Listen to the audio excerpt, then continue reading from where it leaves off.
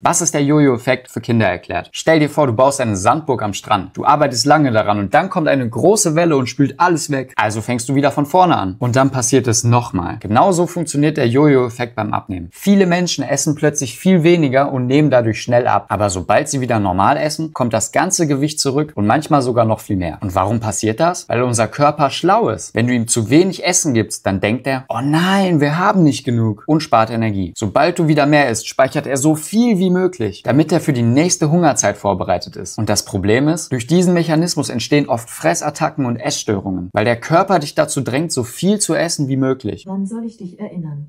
Abbrechen. Wird abgebrochen. Weil der Körper dich dazu drängt, so viel wie möglich zu essen, auch wenn du eigentlich gar nicht willst. Die Lösung? Keine Crash-Diäten. Wer gesund abnehmen will, sollte langsam vorgehen. Genug essen und besonders auf Eiweiß achten, damit der Körper nicht in den Sparmodus geht und du keine Fressattacken bekommst. Und damit deine Abnehmsandburg nicht ständig weggespült wird, folgt mir.